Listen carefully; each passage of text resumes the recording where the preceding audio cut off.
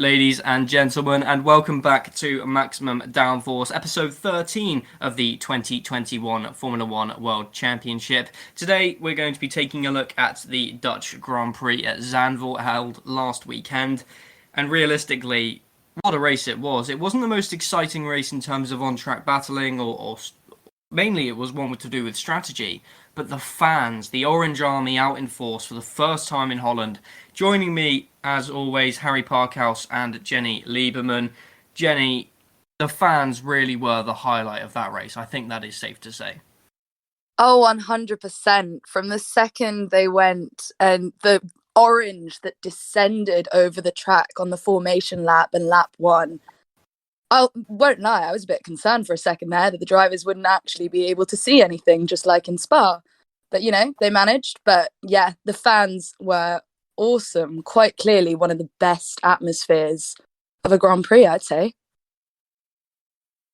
And, Harry, would you go as far to say that it's better than the atmospheres at Silverstone or Monza? Well, I think personally, the smoke that we got as well around the track from all the Dutch fans, I'm pretty sure they were told not to let off any flares. They didn't listen. But the difference is between the likes of the Silverstone fans and the Monza fans is that the Dutch fans will go to the Austrian Grand Prix. They have their own village there. They're obviously the Belgian Grand Prix. We saw them in full force as well. It's not just the Dutch Grand Prix that they're at. They're in full force all around Europe. And they are truly an incredible set of fans. And to have a driver like Max Verstappen racing under their nation is something incredibly proud for the Dutch. And you can see why the atmosphere is so lively there, especially when you've got the talent of Max Verstappen coming through the ranks. And obviously, Dutch motorsport hasn't necessarily been the biggest sort of impact within the recent years. But ever since Verstappen has come along, you can see that the Dutch fans have united together and become a massive force. And I'd say probably the only real circuit that you could say could rival that atmosphere is Monza, maybe the likes of Brazil as well, which is always electric over there. But that was truly something else and is certainly a talking point for the future in terms of do they go back just purely because of the fans there? Obviously, the race wasn't spectacular. There wasn't as many overtakes. Obviously, we didn't think there was going to be with the narrow nature of the track, but the fans themselves brought the atmosphere and they made the weekend themselves. So it's certainly a talking point for the future. Now, before the race even started, before the weekend, or during the weekend actually, Kimi Raikkonen announced that he would be retiring. This is before the weekend, sorry. The other thing to do with Kimi Raikkonen was during the weekend, but we'll get to that in a moment. Jenny, Kimi Raikkonen, most experienced Grand Prix driver, 2007 world champion, most successful Finnish driver. Although many, including myself, and I know for a fact you as well, Harry, we have said quite a lot that Kimi, it was time for him to retire, and it was time for him to leave the sport and allow new talent to come in. But that still doesn't mean that he's not going to be missed, because he has given Formula One so much.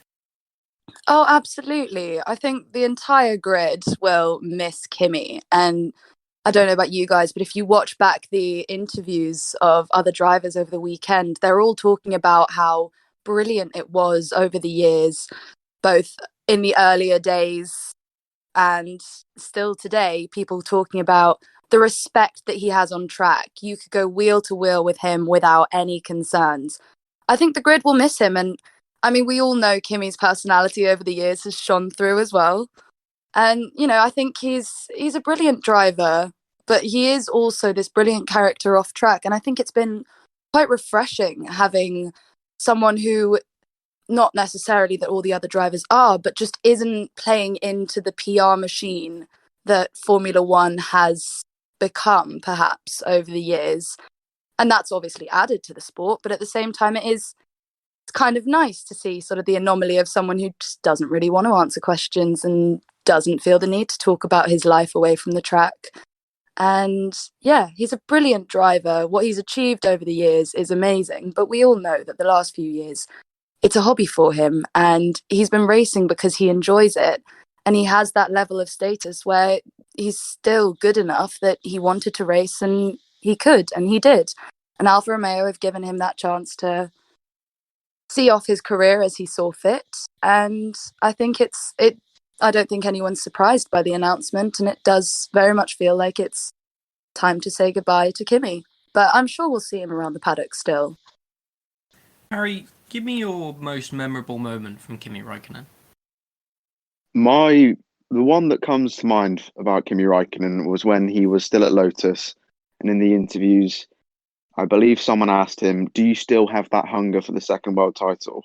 And he looked at him and just completely ignored the question and just sort of walked off. I thought that sort of sums up Kimi's lifestyle within Formula One at the time. I don't think that necessarily there was, towards his recent years, the hunger for race wins, especially when he was at the end of his tenure at Ferrari. There wasn't that hunger that we saw when he was at Lotus. And it does change over time, obviously, with age, but the servant for Formula One, you look at Hamilton when Hamilton was in junior karting, you would look up to Raikkonen being world titles, and now Hamilton's a 7-time world champion, and that was the man he looked up to when he was younger.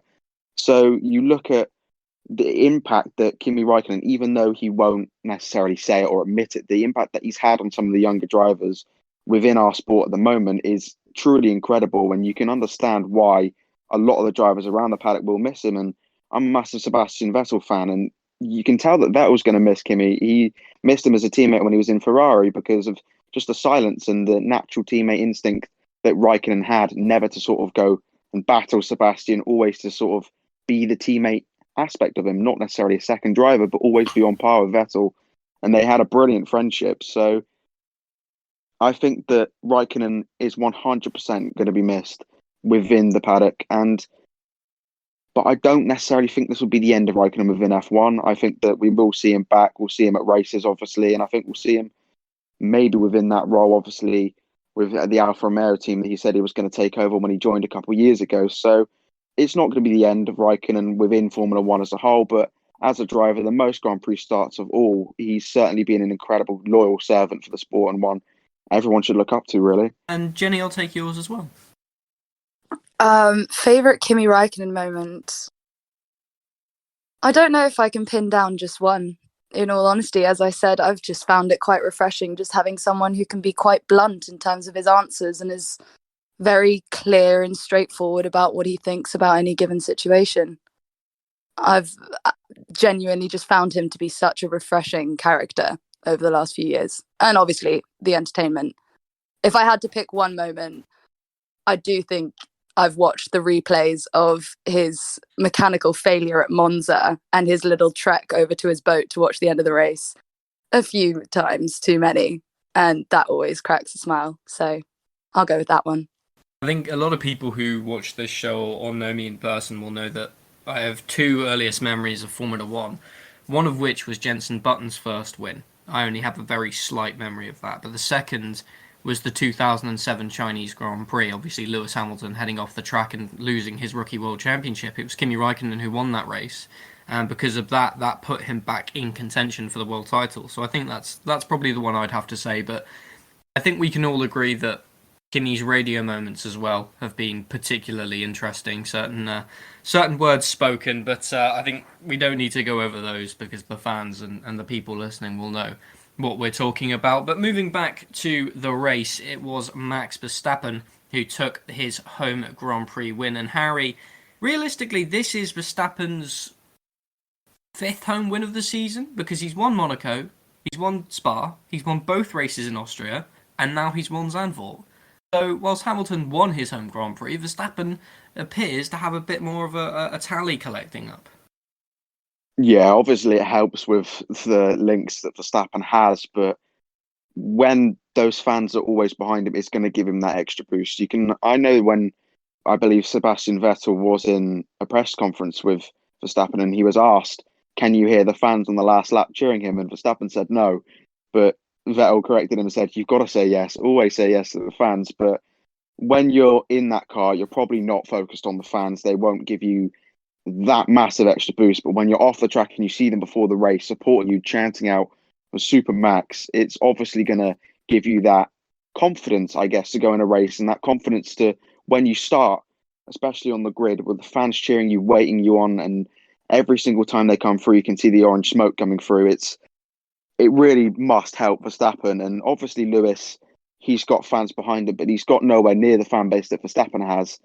And obviously, Verstappen's home race was not necessarily the best race we've seen this season, but for him, it probably would have been, seeing all those fans cheering him and take the victory in what was a pretty comfortable manner, to be honest. I think that him and the Red Bull had the pace over the whole race and the whole weekend, and Mercedes tried stuff over and over again with the strategy, but Red Bull covered them off brilliantly, and Verstappen drove a flawless race, and in the end has now taken the championship lead away from Hamilton. And the next race in Monza will be crucial for Hamilton, specifically on a track that's suited to power. Obviously, the Red Bull isn't suited at the moment to straight line speed, so it'll be interesting to see how Verstappen and Red Bull can cope with the threat from Mercedes. So the home race aspect obviously must help Verstappen, but this championship is far from over, and you can see with the way that things are going and the battles between Hamilton and qualifying, how close he was to Verstappen, and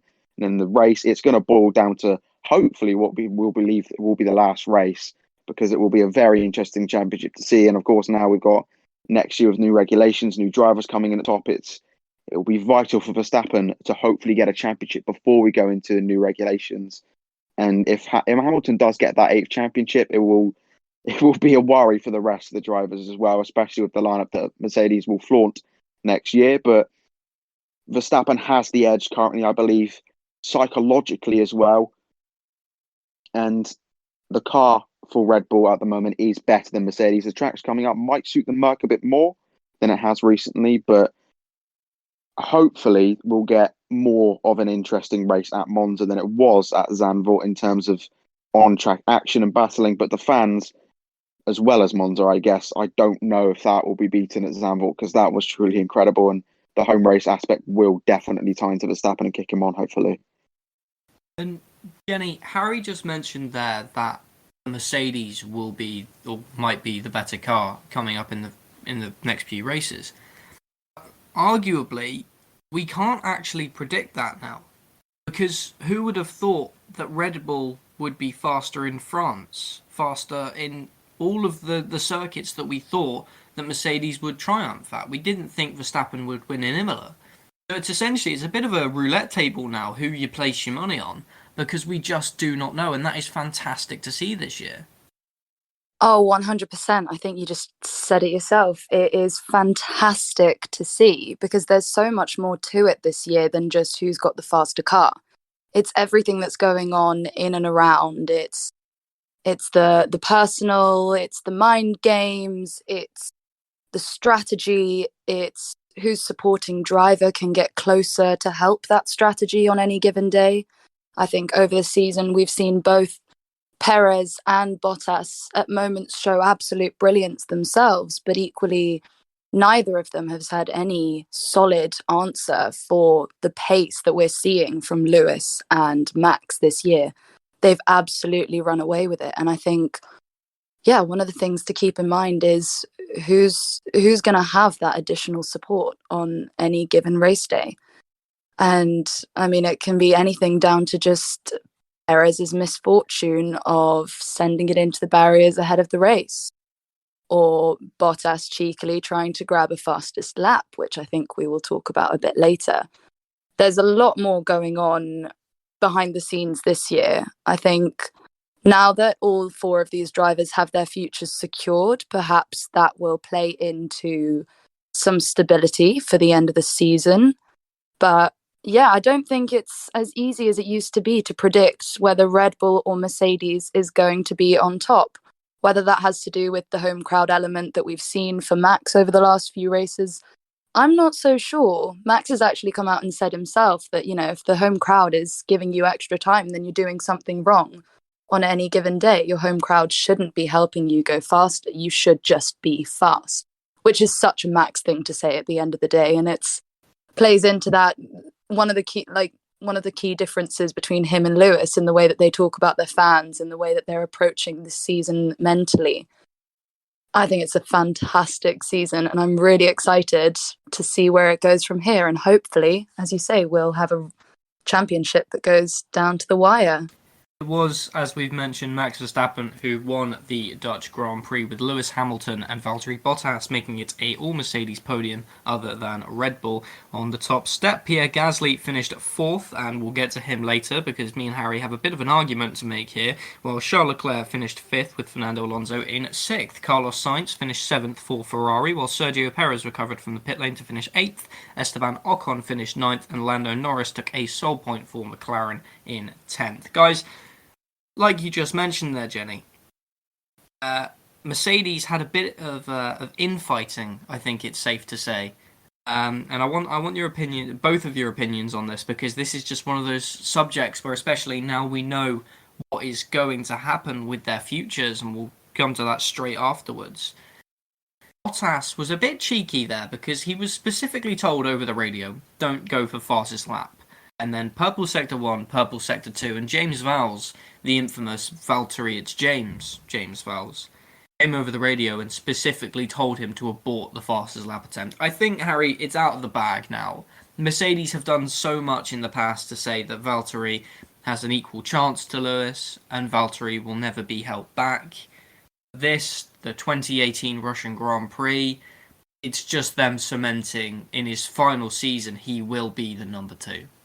Yeah, it was a massive kick in the teeth for Bottas, especially having that happen and then the announcement of him going to Alfa Romeo for next season. It sort of came almost poetically, I guess. But I thought it was quite rude for Mercedes to say, when Bottas did pit for fresh tyres, for him then to be told to abort the fastest lap mission because Hamilton wanted it and get that extra point.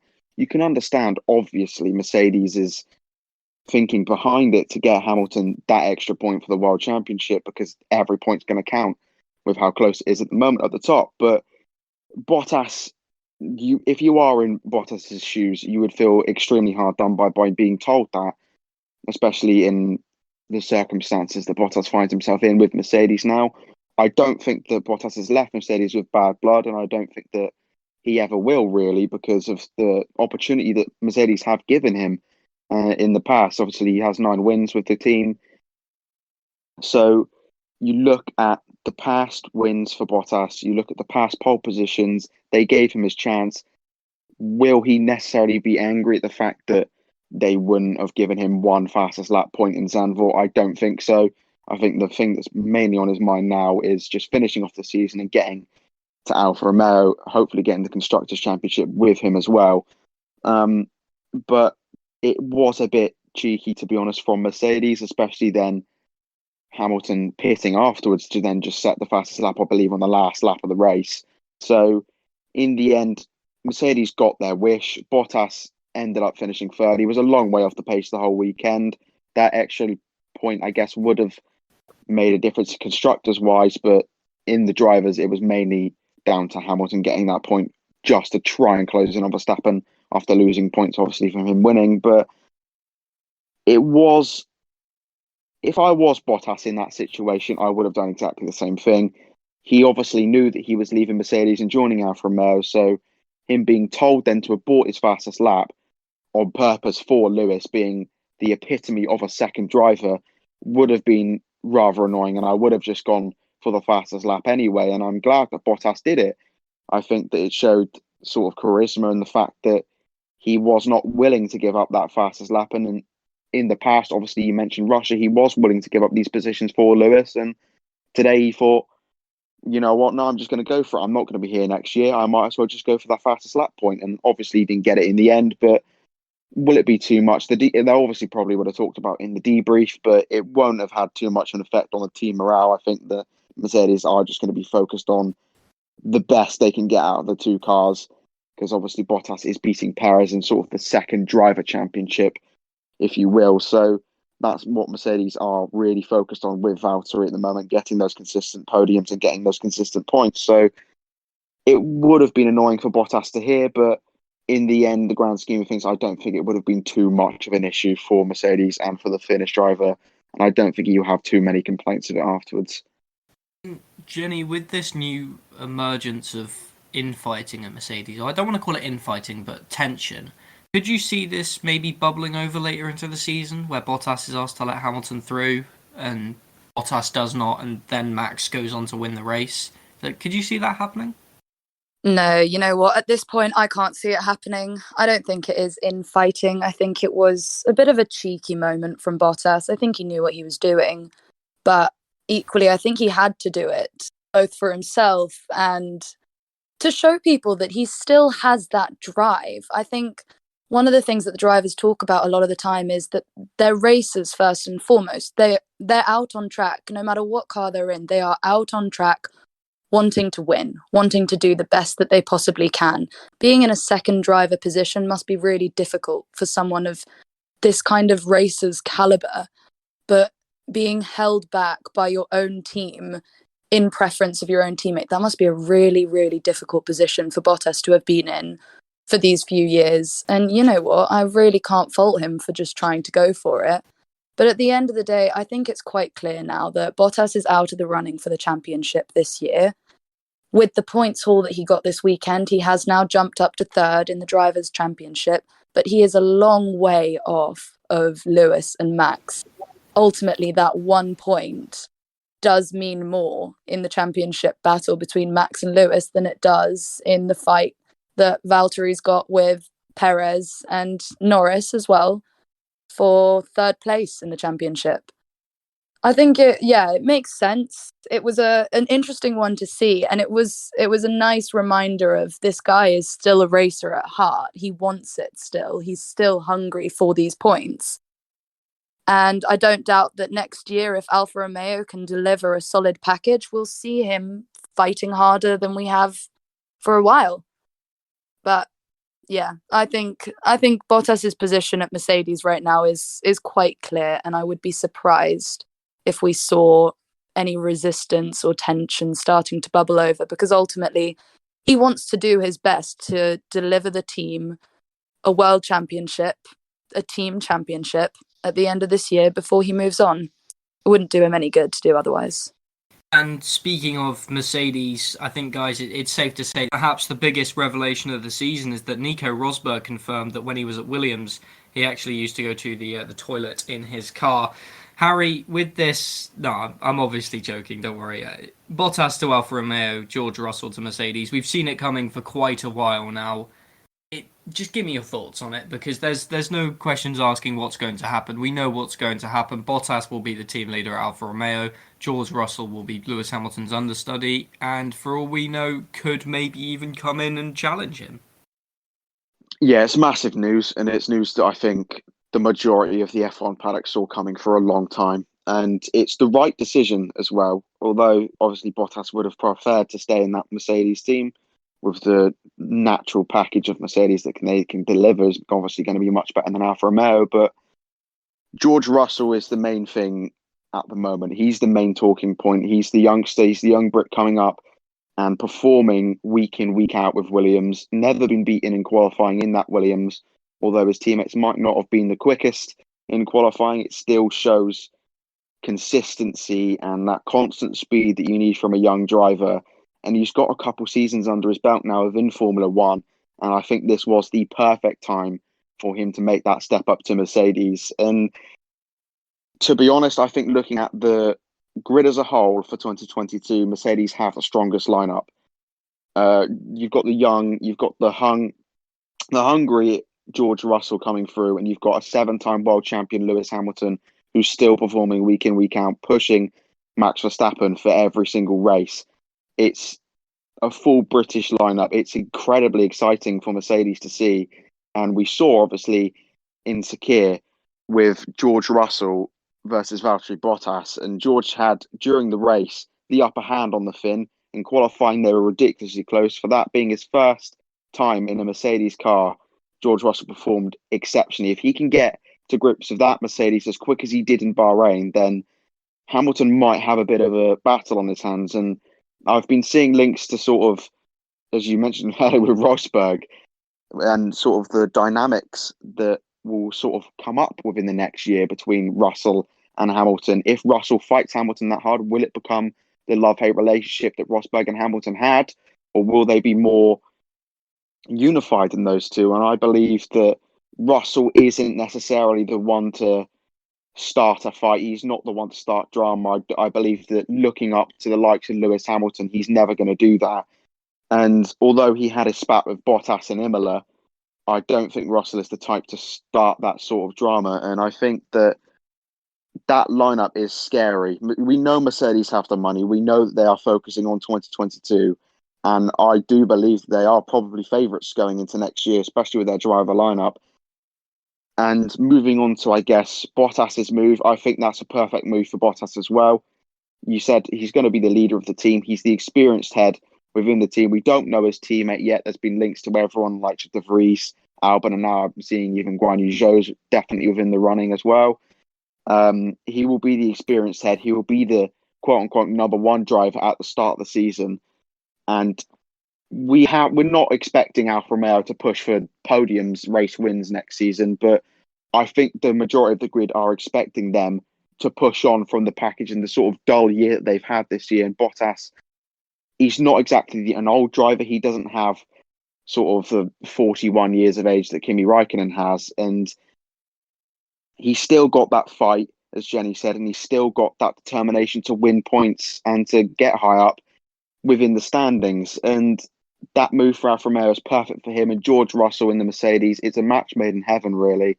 And I think that for both the careers of Russell and Bottas, it will benefit them both. And Jenny, give me your thoughts on the recent moves in the driver market. Oh, well, I completely agree with Harry in terms of Russell and Hamilton at Mercedes. I just don't think that Russell is going to be the type to stir things up. I think he's been connected with that Mercedes team for long enough. He's built relationships with people already. He's tested machinery for the last few years. And he knows ultimately what an opportunity he's being given. And I think a great moment that we saw from Russell this year was him telling the team over team radio, the crazy race when everyone was knocked out. It's blanking on which one it was now, but him saying over the radio, prioritize Nikki, sacrifice my race if you need to, prioritize Nikki. Now, some people came out after that saying, oh, this is Russell telling Mercedes that that's the kind of driver he'll be. I don't think that's Russell going out and saying, I'll be a number 2 driver for just about anyone. But I think it's showing that team spirit and the importance. We've seen how important Williams was to him. And I do think we will see that same level of team dedication from him at Mercedes. He's got a huge opportunity in front of him.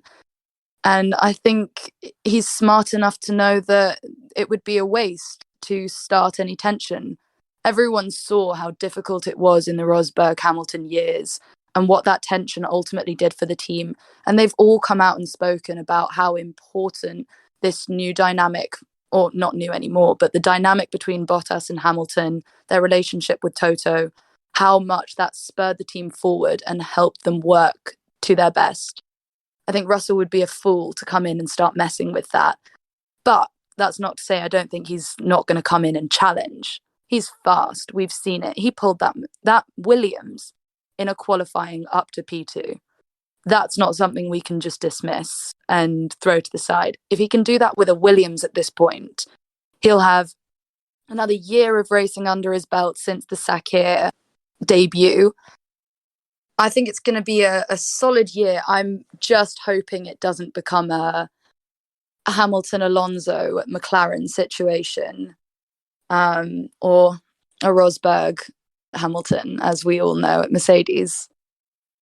I'm excited. I'm really, really excited to see what the two of them can do. And as Harry said, they're a powerhouse pairing. They're going to be absolute trailblazers on track. And yeah, in terms of Bottas, I really do think this is going to be a renewed sense of motivation for him. He'll be in a team where he's got more freedom to show his pace, lead a team, and really get to sort of take control in a way that I don't think he ever really had the opportunity to at Mercedes. Bottas, over the last year really, he's gotten a lot of criticism for not being on the pace, not being fast enough, and not keeping up. And I don't think it speaks to Bottas's pace so much as it just speaks to Hamilton's talent. So I think I'm excited to see what he can do at Alfa Romeo, and I hope that they can deliver him a package to fight with in the new regulations. And just a quick one to wrap up Mercedes, guys. First time this has happened during the show, a bit of breaking news here from Sam Hall. Mercedes is considering bringing in a fourth engine for Monza, which will give them a penalty because of Lewis Hamilton's stoppage on track. So that could be something possibly there that comes up in Monza. We'll discuss that if that does come around next weekend. So there you go. The repercussions from Zandvoort are still coming. Anyway, moving away from Mercedes now, back to Red Bull, the final point on these guys. We've mentioned quite a few times now the battle between Perez and Bottas. In Belgium, Perez really didn't help himself, Harry, hitting the wall on the way to the grid, losing out on what would have been some easy points in the Constructors' Championship. A poor quali lap and locking up early in the race on a set of hard tyres may have cost Perez quite a good result this weekend, given Verstappen won it so comfortably. Yeah, I think it did. And Perez, of recent in his last couple of races, has been poor, unfortunately.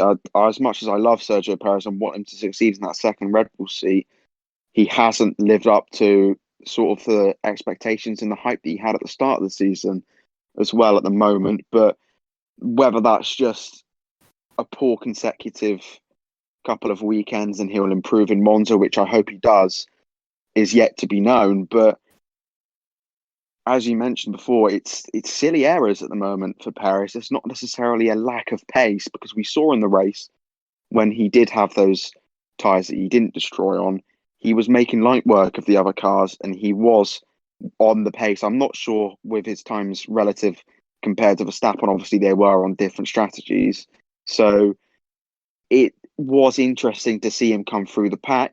It was interesting to make the overtakes. And obviously, he was given driver of the day because of starting, I guess, from pit lane, and he came up to P8. But in the end, to me, he wasn't driver of the day because of the massive lockup he had into turn one. And it was a huge lockup and completely destroyed the tyres. It was a poor quali lap. And in the end, that's two mistakes in a weekend that you can't afford to make when you're in the quote-unquote fastest car on the grid. You can't afford to make that. Obviously, yes, the engine didn't help.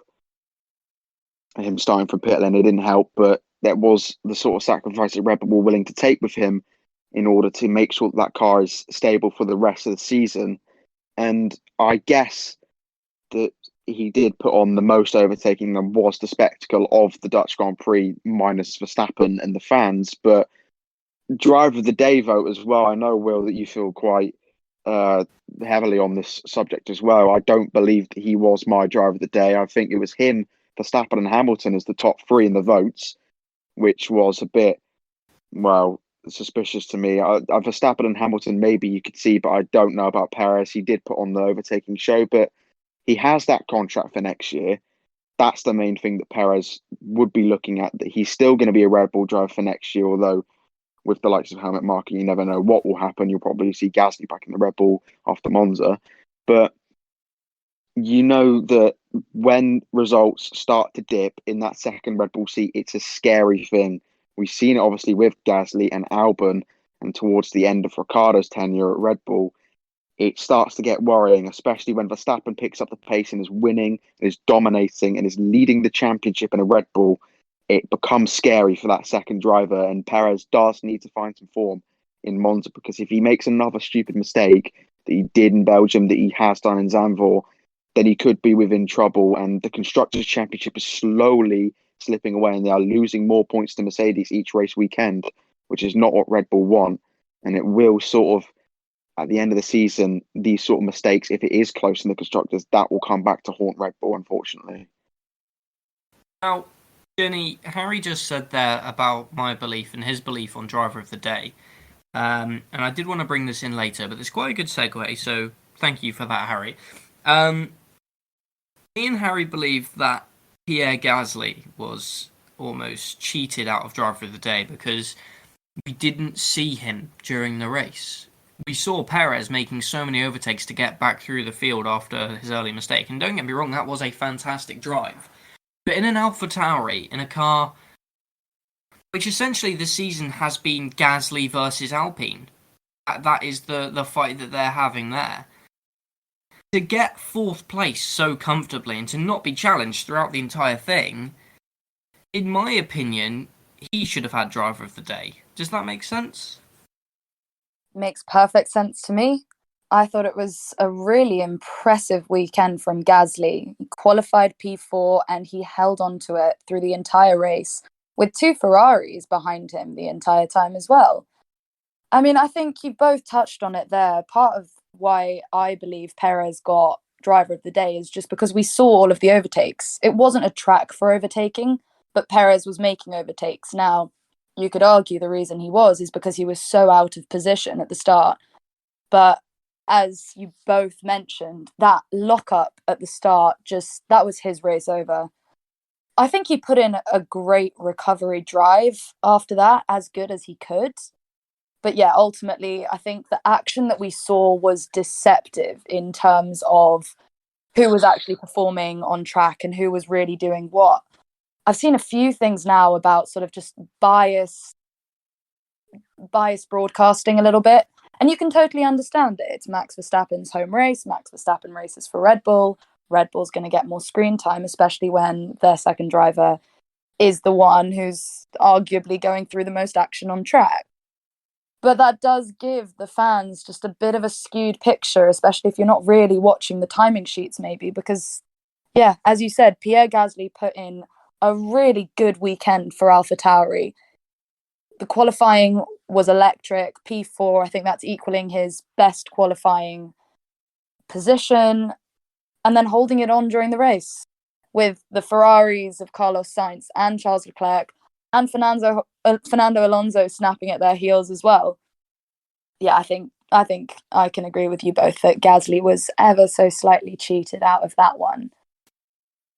And you just said Fernando Alonso and the two Ferraris there. Harry, the two Ferraris had a fantastic race. Obviously, although we didn't see it, Carlos Sainz ended up being caught out by Fernando Alonso with, I think it might have been on the last lap actually, the penultimate lap, last lap, something like that. But even still, a really good race, some really good points, and most importantly, they outscored McLaren by some margin. Yeah, they did. And the main thing for Ferrari is the fact they were consistent this weekend. I think that we look at the sort of anomalies at Monaco with Leclerc being on pole and obviously at Baku as well.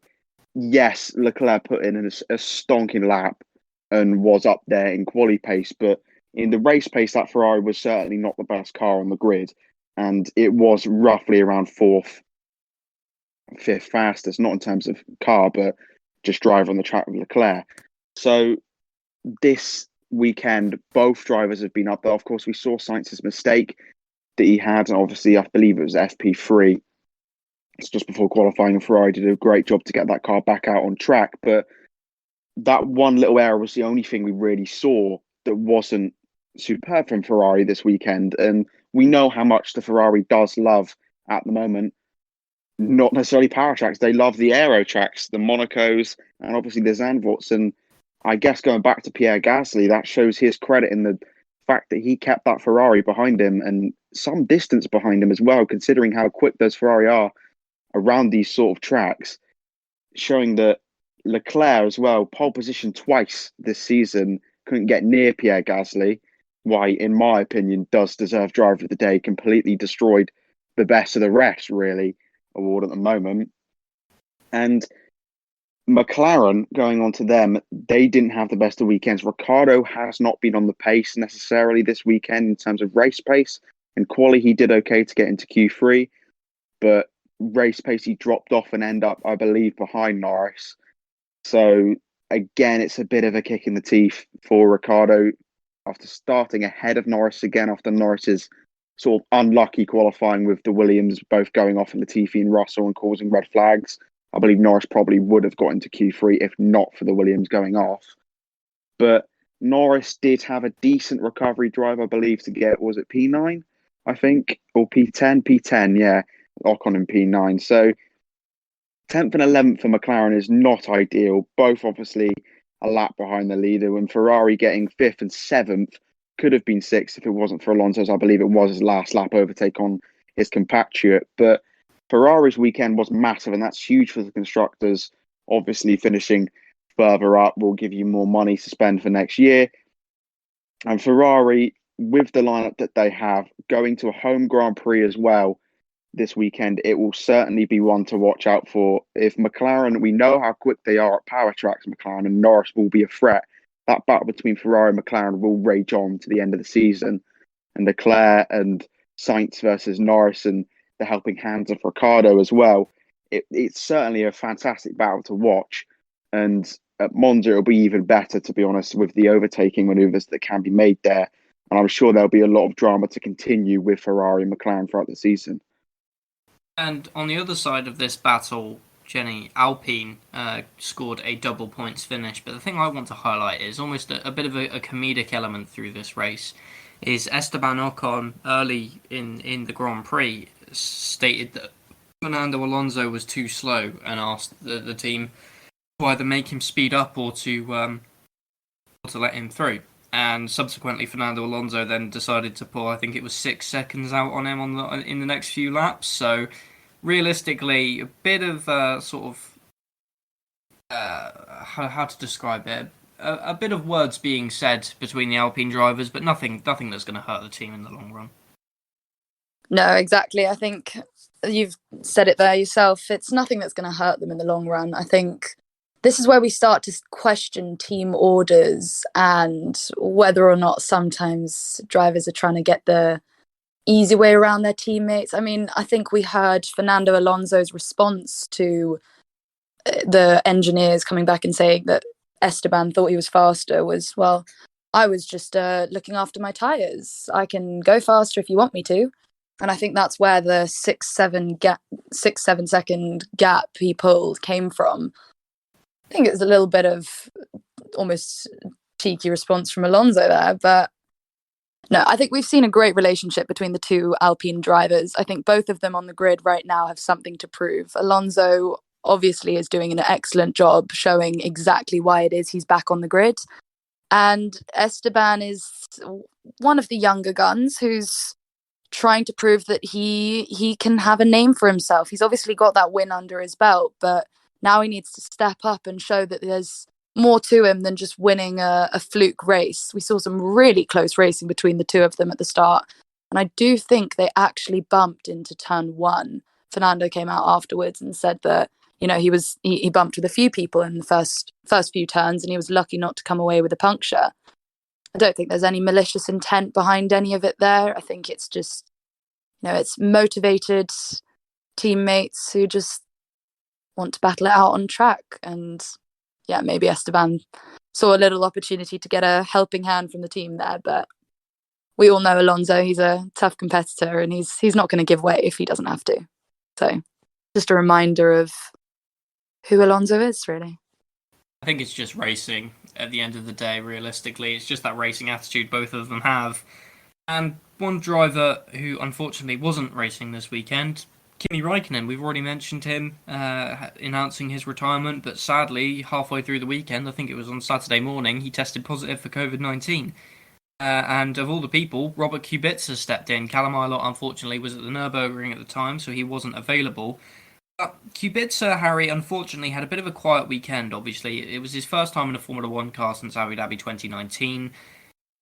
He's not the same driver he was when he had his accident. Obviously, his hand does restrain him a little bit, and it was, although he didn't finish in the points or on the top step, he had a solid race, a clean race, had some good overtakes, and it's just another sign of what the guy can do, even with only full use of one hand. Yeah, Robert is a true testament to willpower and determination within the sport. He truly is incredible to come back from the injury that he had. Obviously, with his spell at Williams, it didn't go to plan. He did still manage to outscore George Russell somehow, but it wasn't the right timing, and I don't think that he was at the peak of what he could be, obviously, at Williams. But now, I believe Jenson Button said it throughout the whole weekend, that his time at Alfa Romeo this weekend was about enjoying himself. And it was about getting in that car again. It's not the best car on the grid. You're not expected to score points. And it was just about going around Zandvoort and having fun, having a good time, and making sure that obviously you don't cause any accidents, but making sure that you can have fun battles as well. He had battles with Nicholas Latifi in the Williams, and it was, in the end, not a very exciting weekend in terms of he didn't really do a lot, nor did Giovinazzi in the race, unfortunately. But the Alfa Romeo isn't expected to do that, and I think that in terms of general performance, Kubica should be very happy with what he pulled out this weekend. It was very last minute, sort of the change that happened on the weekend. Obviously, he might have known about it before, but I believe that when Raikkonen's test came back positive, he was still asleep and no one wanted to wake him up. So that's why it was a bit last minute. But I'm sure that Kubica, if it does still carry on to Monza, which is still to be confirmed, I believe, whether Raikkonen will race in Monza, I'm sure that no matter what, he will still go out there and enjoy himself, because he's at the point in his career where he's testing for Alfa Romeo. He's not necessarily looking back at what could have been at the moment. He's just sort of there to enjoy himself and provide information for a team and for the sport that he loves. And that's the main thing. He's doing it for the passion of himself and for the sport. And he deserves all credit that he gets from the injury that he had to come back and fight and to be there with a smile on his face at the end of the day. He's got so many fans and he deserves it. He truly is an inspiration to the sport, and him and Alfa Romeo did a decent job this weekend. Giovinazzi was unlucky not to score points as well. Obviously, the pace in the race just didn't really have it, and I believe he had a couple of problems as a couple of collisions as well on lap one that Gio had. But that form in qualifying is promising, and obviously his seat at Alfa Romeo is looking very under threat at the moment. So he has to be wary and has to put in a major performance, which he did in qualifying, but it's still looking unlikely that he might get that seat again for 2022. So it would be a shame to see him go, but both him and Kubica have put on a bit of a show for Alfa Romeo, which I said last week was the dullest team at the moment within the sport. And I think it was a very, not necessarily a good weekend for Alfa Romeo, but it was a more exciting one that would leave the fans wanting more, as per se. And obviously we're yet to find out who will replace Kimi at Monza if he can't race, and it's highly likely that he wouldn't be able to race. So yeah, if for whatever reason this podcast is out before they make the announcement, let us know who you think will be taking that Alfa Romeo seat this weekend. Will Kimi be back, or will Callum Ilott or Robert Kubica take the seat? Or you never know, maybe they might give De Vries an early test if he gets the drive. But moving on to our final team of the day, Jenny, Haas. And yet again, drivers are at it, qualifying, lap one, having a go at each other in the press booths. Really not the image that Haas needs right now. They've had so much happen to them this season, and it's just not what they need.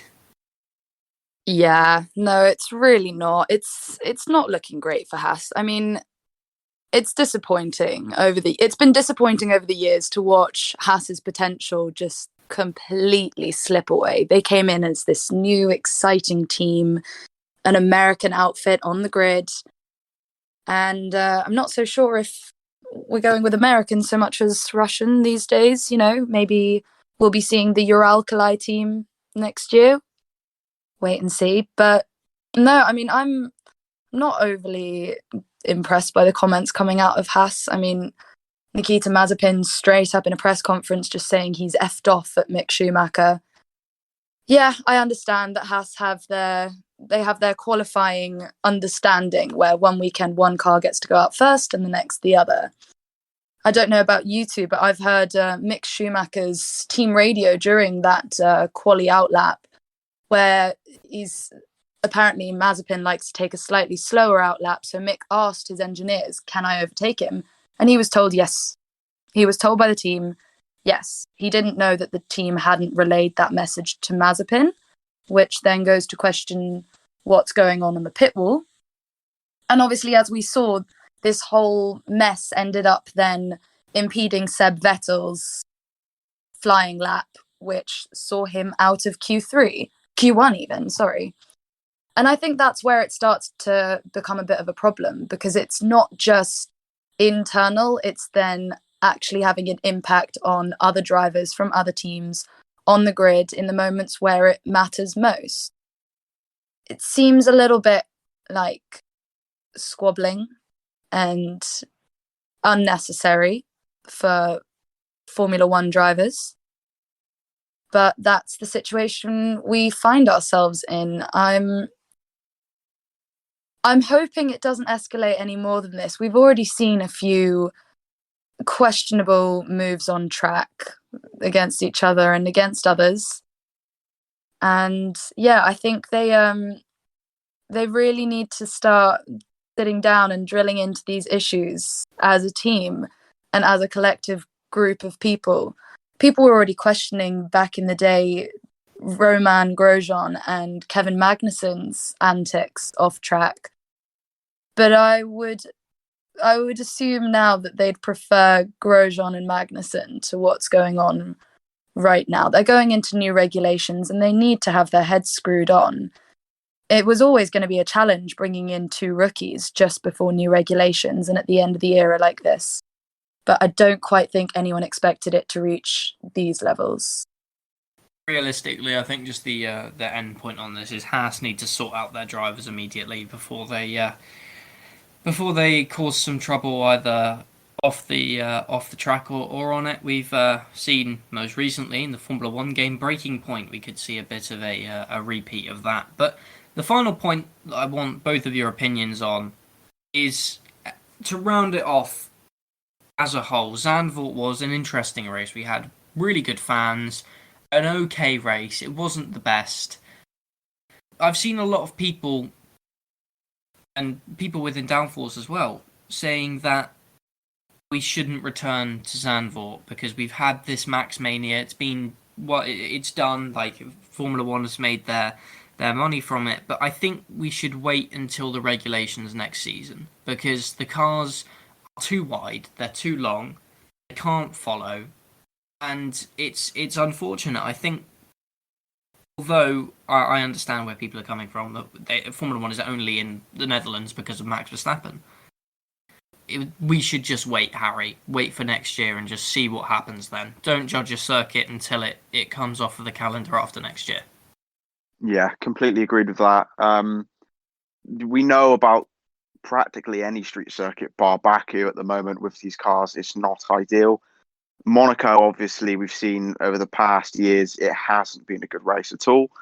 Whether that's necessarily going to change with the new regulations is yet to be known.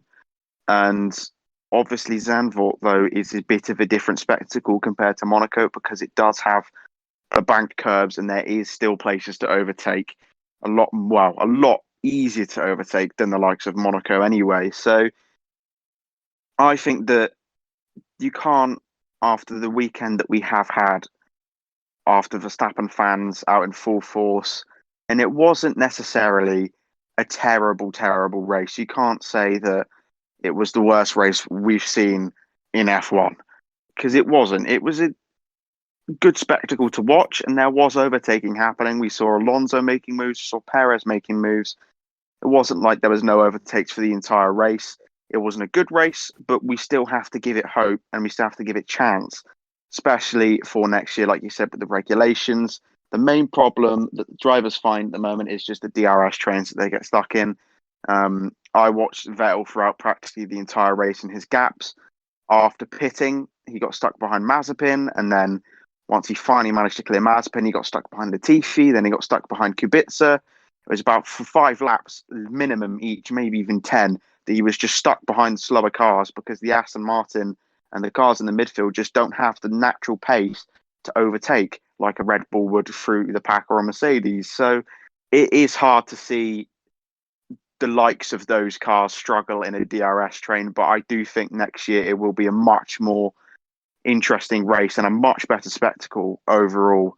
You've got the Verstappen fans, you've got Verstappen versus Hamilton versus Russell, and whoever wants to throw their name into the mix. So you think Ferrari and McLaren could be up there fighting for race wins as well with new regulations. It could be an incredibly interesting season. which nobody knows how it's going to go down yet. And going to a track like Zandvoort, an unpredictable track with banking, it'll be much more interesting, I can assure you, than it was this year. But to get rid of it after 1 year, they've made their money, yeah, but to get rid of it 1 year, I don't think it's even an option for F1 because of the money that they generated. They're not going to get rid of it straight away. So it will be interesting to watch. And I think that this weekend as a whole has been a sort of building block. It's the foundation for the Dutch Grand Prix. And hopefully it will build on with the new cars, the new regulations, and maybe some sort of track layout change. Hopefully it will become more of an interesting circuit to watch in the future. And Jenny, give me your thoughts. Yeah, I completely agree with everything that the two of you have both just said. I think with the new regulations coming in, we know that the cars are supposed to be able to follow better, overtake better. And yeah, you can't judge it based on this, because these regulations and these cars as of next year are null and void. And we know all of the problems that have led to the regulations changing. And I think Zandvoort, watching FP1, 2, and 3, you could just see how much the drivers were enjoying it. And it's an awesome track to watch. So yeah, I'd love to give it another chance next year and watch it with the new cars, because I think they will put on a bit more of a show. We won't see these DRS trains that everyone was getting stuck in. I would say there's points on the circuit where it is very narrow, and we see it on street tracks as well. And maybe it's not all set up for overtaking, but I do think it's definitely a circuit worth giving a chance with the new regulations and the new cars. And I'm excited to go back with them and see what they can do. Well, there we go. Thank you very much, both of you, for joining me. Thank you, Harry, and thank you, Jenny. And thank you very much to you, the listeners, tuning in to another episode of Maximum Downforce, the official Downforce Radio Formula 1 show. If you want to go and check out our social media, Downforce Radio on Instagram, Twitter, and Facebook, or you can check out the website, downforceradio.uk, to check out the radio station and all of the latest and best news articles. Thank you very much for listening. I hope you have a wonderful day, morning, afternoon, whatever time you're listening to, wherever you are. Goodbye. Go, go, go! Anytime and immediately! This is amazing! The worst start for a Grand Prix